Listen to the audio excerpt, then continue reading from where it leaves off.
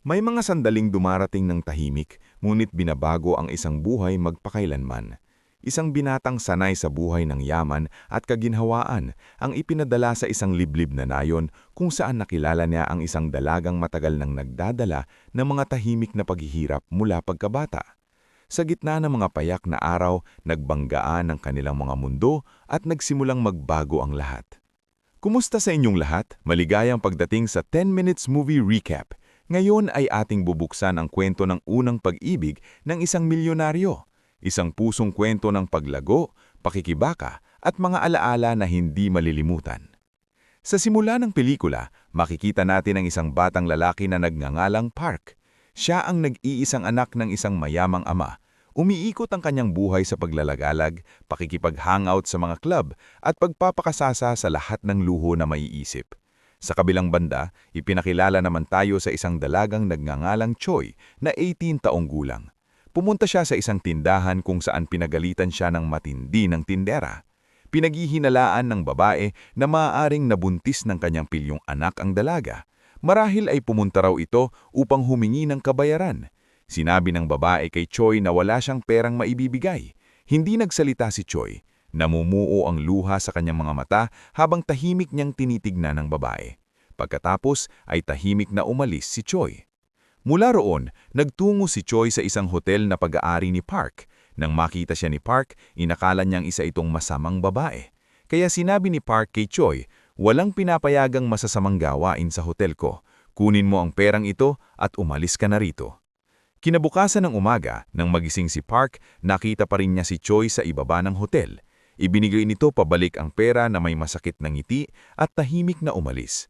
Labis na napahiya si Park. Napakalaki ng kanyang pride. Kamakailan lamang ay nag-18 taong gulang siya na nangangahulugang panahon na para manahin niya ang buong kayamanan ng kanyang ama. Ngunit nagtakda ang kanyang lolo ng isang kakaibang kondisyon. Kailangang makapagtapos si Park sa isang paaralan sa kanilang nayon bago niya makuha ang anumang bahagi ng ari-arian. Kung tatanggi siya, 1% lamang ng ari-arian ang kanyang mamamana. Determinado na makuha ang buong mana, naglakbay si Park kinabukasan patungo sa nayon kung saan siya lumaki. Binisita niya ang isang bahay at nakakita ng ilang bagay mula sa kanyang pagkabata, kabilang ang isang litrato na nagpapakita sa kanya bilang bata na may isa pang batang nasa tabi niya. Kinabukasan, pumunta si Park sa isang kalapit na tindahan kung saan nagtatrabaho si Choi. Agad niya itong nakilala at muling nagkaroon ng pagtatalo bagitan nila. Pagbalik sa bahay ng gabing iyon, hindi makatulog si Park dahil sa ingay ng mga palaka sa labas. Biglang may palakang tumalon sa kanyang muka at ginising siya sa gulat. Ang spoiled na binata ay hirap na hirap sa natitirang oras ng gabi. Kinabukasang umaga, naghanda si Park upang pumasok sa paaralan ng nayon. Sa kanyang isipan, balak niyang makipag-away at maghasik ng gulo upang mapaalis siya sa paaralan. Pagdating niya roon, sinalubong siya ng punong guro at ng iba pang mga guro. Si Choi ay isa ring estudyante sa parehong paaralan. Sa klase, sinimulan ni Park ang isang away laban sa pinakamalakas na lalaki sa paaralan. Kinaladkad niya ito palabas at malubhang binugbog. Matapos ng mahabang laban, nakaramdam ng kasiyahan si Park. Iniisip na tiyak na mapapaalis na siya. Ngunit hindi iyon ang nangyari. Ang pamilya ng batang kanyang nakaaway ay pinag-alagaan pa siya. Binigyan ng pagkain at inasikaso siya. Nang gabing iyon, habang naglalakad pa uwi si Park sa dilim, nakaramdam siya ng takot. Sa sandaling iyon, lumitaw si Choi na may dalang ilaw. Ang pagkakita sa kanya ay muling naggising ang ego ni Park at tinukso naman siya ni Choi.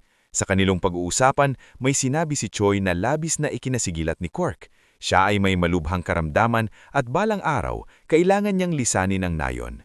Kinabukasan, nang pumasok si Park sa paaralan, napansin niyang may inihahandang school event. Naroon si Choi at hinihikayat ang lahat na lumahok, ngunit tumanggi si Park. Sinabi niyang wala siyang interes. Pagkatapos ay nagtungo si Park sa opisina ng punong guro at nag-alok ng pera kapalit ng kanyang graduation certificate, ngunit tumanggi ang punong guro na isang malapit na kaibigan ng kanyang lolo. Umalis si Park na bigong-bigo. Pagkatapos noon, nagsimula ng lumiban si Park sa klase at ginugugol ang kanyang araw sa pag-upo sa labas. Isang araw, habang kumakain siya sa labas, nakita niya ang dalawang bata at nagpasya siyang sundan ito. Dinala siya ng kanyang kuryosidad sa isang ampunan. Doon, nakita niya ang isang bata sa kasama ng kanyang ina. Ang tansiwing iyon ay nagbalik ng mga alaala tungkol sa kanyang sariling ina. Pumasok si Park sa ampunan at napagtanto niyang iyon ang kanyang dating tahanan. Namatay ang kanyang mga magulang sa isang aksidente sa kalsada noong siya ay bata, kaya lumipat siya sa lungsod upang manirahan sa kanyang lolo. Nababalot ng mga alaala, bumigay si Park sa emosyon at nagmadaling umuwi sa bahay. Pagdating sa bahay, nagkasakit si Park. Dumalaw si Choi at nagulat sa kalagayan niya. Habang lumalala ang sakit ni Park, inalagaan siya ni Choi ng may lubos na pag-aalaga at pag-aaruga. Kinabukasan, bumalik si Park sa paaralan at nalaman niyang naisama siya sa school event. Ngunit ang plano ng dila ay kailangan niyang gumana bilang isang alipin na kanyang tinanggi dahil sa kanyang ego. Sa sandaling iyon, biglang nagkasakit si Choi. Nang makita siya sa ganitong kalagayan, binuhat siya ni Park sa kanyang likod at nagmadaling dinala sa ospital. Sinuri siya ng doktor at sinabing kailangang ma-admit agad si Choi. Nang marinig ito, umiyak si Choi at sinabing gusto niyang mabuhay, gusto niyang magpatuloy, kahit hanggang maramdaman lamang niya ang unang pagpadsak ng nyebe sa taglamig. Samantalang, dumalaw ang lahat ng kaklase ni Choi, ngunit hindi sila pinayagang makita siya. Umalis si Park kasama ang iba patungo sa kalapit na pamilihan upang bumili ng costumes para sa dila. Pinili ng lahat ang gusto nila at si Park ang nagbayad ng lahat. Labis itong ikinatuwa ng lahat na ikinagulat ni Park. Inisip niya kung bakit napakasaya ng mga tao sa maliit na halagang pera. Para sa kanya, walang halaga ang pera. Mayroon siyang walang hanggang kayamanan, ngunit napagtanto niya na para sa mga batang nasa gitna ng uri, may kahulugan na hindi niya kailanman naunawaan ang pera.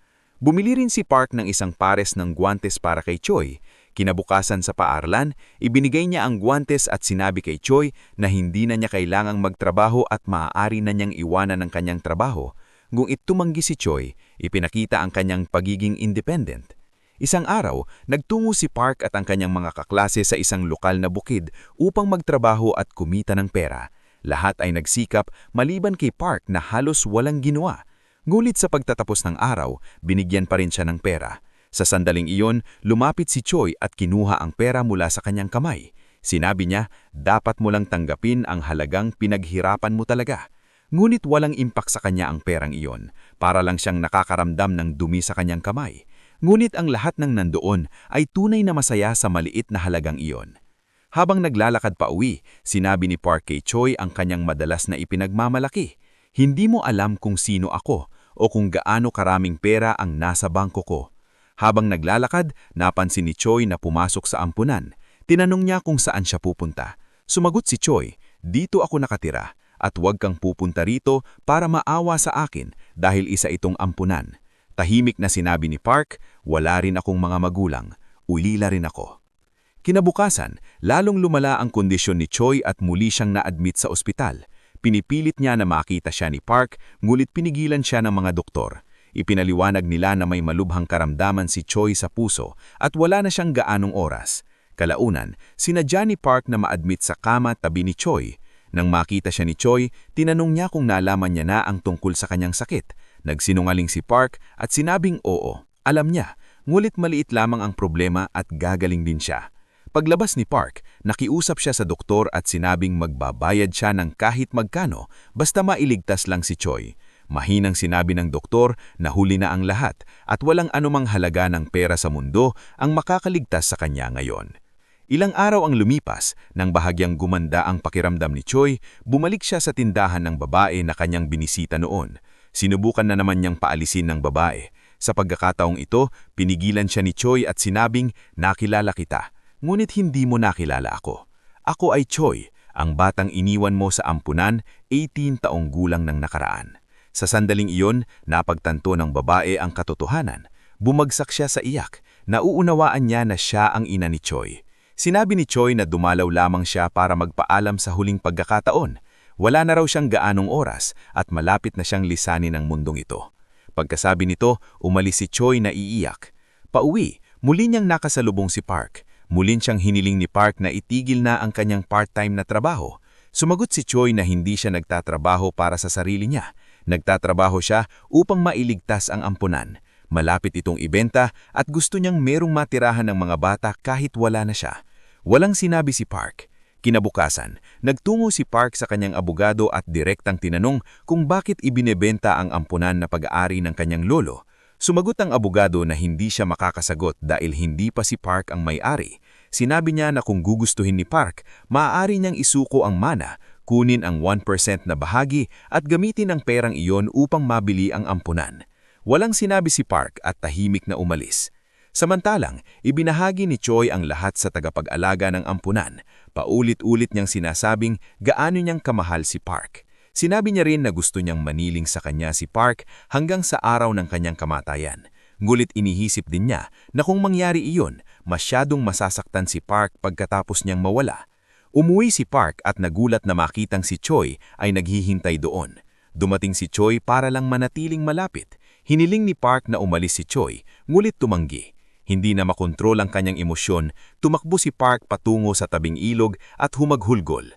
Sa sandaling iyon, gumawa siya ng desisyon. Pinili ni Park na kunin lamang ang 1% ng mana. Isinuko niya ang natitirang kayamanan at ginamit ang 1% upang mabili ang ampunan. Kinabukasan, pumunta si Park sa paaralan kung saan nagpapatuloy ang paghahanda para sa dula. 2 batang maliit ang nag-eensayo at nagsabi sa isa't isa, "Hintayin mo ako mamayang gabi, pagkatapos ng 10:00. Nang marinig ito, biglang bumalik ang mga alaala ng pagkabata kay Park. Tinanong niya kung sino ang sumulat ng kwento ng dula. Sumabot ang mga bata na si Choi ang sumulat nito. Agad na nagmamadaling umalis si Park upang hanapin si Choi. Doon nabunyag ang katotohanan. Sina Park at Choi ay magkaibigan noong pagkabata. Matagal na ang nakalipas, nangako si Park na magkikita sila ni Choi ng 10:00 ng gabing yun. Ngunit namatay ang ama ni Park at dinala siya ng kanyang lolo sa lungsod. Hindi na nangyari ang kanilang pagkikita. Natagpuan ni Park si Choi at humingi ng tawad, sinabing, "Hindi ako nakapunta noong gabing iyon ng 10:00. Dinala ako sa lungsod." Noon lamang niya lubusang naunawaan ang lahat. Pumupunta pala si Choi sa hotel para lamang makita si Park dahil nakilala niya ito mula sa nakaraan. Kaya kahit gaano kasama ang asal ni Park, palagi siyang umaalis na may tahimik na ngiti. Matapos ang lahat ng taong iyon, muli ring natagpuan ni Choi si Park. Ngunit wala na sa panig ni Choi ang oras. Kaya nagsimulang magsama sina Park at Choi. Ginugol ang kanilang mga araw sa paglalakad, pagtatawa at pag-enjoy sa buhay. Ginagawa ang lahat ng simpleng bagay na ginagawa ng masasayang tao. Unti-unti, nagising ang matinding pagnanais ni Choi na mabuhay. Ayaw na niyang iwan ang mga magagandang sandaling ito. Ang litrato sa simula na nagpapakita kay Park kasama ang isa pang bata, ang batang iyon ay si Choi. Tinanong ni Park, "Kung nakilala mo ako, bakit hindi mo sinabi sa akin ang lahat?" Walang isinagot si Choi. Gusto lamang niyang pahalagahan ang panahong magkasama sila. Habang lumilipas ang mga araw, lalong lumalala ang kondisyon ni Choi. Wala nang gamot na umeepek. Dumating ang kaarawan ni Choi. Binigyan siya ni Park ng regalo. Maraming kapsula. Sa loob ng bawat kapsula ay may liham na isinulat para kay Choi.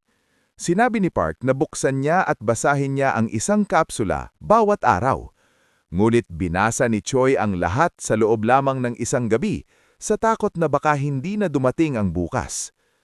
Sa mga liham na iyon, ibinuhos ni Park ang lahat ng damdaming hindi niya kailanman nasabi. Kinabukasan, dumating na ang tagal ng hinihintay na event. Dumating din ang ina ni Choi upang manood. Habang isinasagawa ang dula, biglang nagkasakit si Choi. Agad siyang dinala ni Park sa labas at naupo sila sa isang bangko. Nagpasalamat si Choi kay Park sa pagpapaganda ng mga huling iyong araw. Sa mismong sandaling iyon, nagsimulang bumagsak ang unang nyebe ng taon. Unti-unting napagtanto ni Park na natakos na ang paglalakbay ni Choi sa mundong ito eksakto sa paraang ninanais niya. Minsan nang sinabi si Choi sa doktor, "Gusto kong mabuhay hanggang sa unang pag-ulan ng nyebe." At natupad ang kanyang hiling. Nagbago ang eksena. Sa paaralan, Lahat ay nakapagtapos na. Taning ang upuan ni Choi ang nananatiling bakante. Naglagay si Park ng isang bungkus ng bulaklak sa upuang iyon. Samantala, inilipat ng lolo ni Park ang lahat ng ari-arian sa kanya. Naniniwalang si Park ay tunay nang nag-mature. Ngunit ang yaman at pera ay wala ng kahulugan para kay Park. Iniwan niya ang lahat at piniling manatili sa ampunan. At dito nagtatapos ang pelikula. Salamat sa panonood kasama ang 10 Minutes Movie Recap. Kung naantik ang kwentong ito ang inyong mga puso, mag-iwan ng komento, mag-subscribe at samahan kami sa mas marami pang hindi malilimutang paglalakbay.